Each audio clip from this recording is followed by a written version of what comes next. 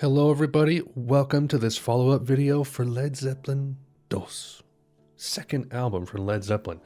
So I don't know if I like this one as much as the first album. I'm kind of torn on it.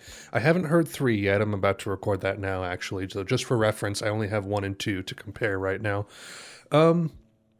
It has grown on me. It's kind of slotted itself into my brain a little bit better, for lack of better phrasing.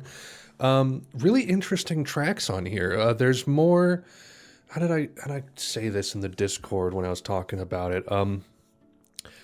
This album feels almost more complex than the first album, but it's a little bit brighter in tone.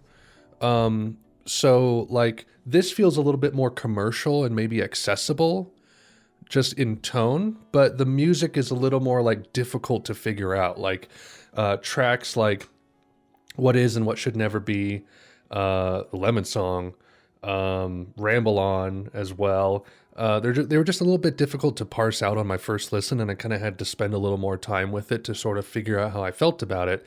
Whereas the first album, like what I heard was what I heard, and it stayed that way.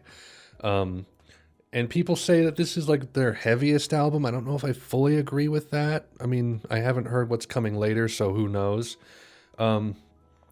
Tracks that I really enjoy are What Is and What Should Never Be. I really like that kind of like sultry vibe to it. Thank You is interesting as well. It reminds me of some of like Pink Floyd's more sentimental tracks, off of maybe like Dark Side of the Moon. No, maybe even some of The Wall. I don't quite know how to compare it. Maybe you guys know what I'm talking about, but I kind of got that sort of just kind of basic rock or prog rock vibe from Thank You, with just that little bit of, folk guitar in there, or just acoustic guitar. And that's not a bad track. Heartbreaker is pretty cool. That's probably as close as I can get to that really kind of hard rock thing with a riff and still enjoy it. Because it's not in, the like dad rock element right there. It's a really good riff, and that solo in the middle is amazing as well. But yeah, Heartbreaker, I can vibe with that one. Living, Loving, Made, I still think it's kind of weak. It's just a simple rock song. It doesn't really turn my crank at all, but it's fine. Ramble On, I've come to enjoy a lot more. Just kind of this sort of bright, breezy, bouncy sort of acoustic track, and that bass is, kind of fun. And then you get like the more hard rock kind of choruses. Moby Dick, interesting. Some people in the comments of the reaction were like, I don't like Moby Dick. It's just a drum solo.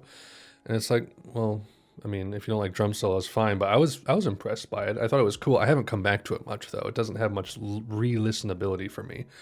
And then Bring It Home is a really interesting closer with some good riffs. And Plant's vocal delivery is really weird on that one. You got the blues harmonica in there. It's an interesting track. So this album is a little more varied than the first one. Like I said, I don't know if I like it more or less than the first album. I'm still kind of grappling with it. It's very intriguing, though. Very intriguing. Cool stuff. Great production, of course, as always. Still very chunky.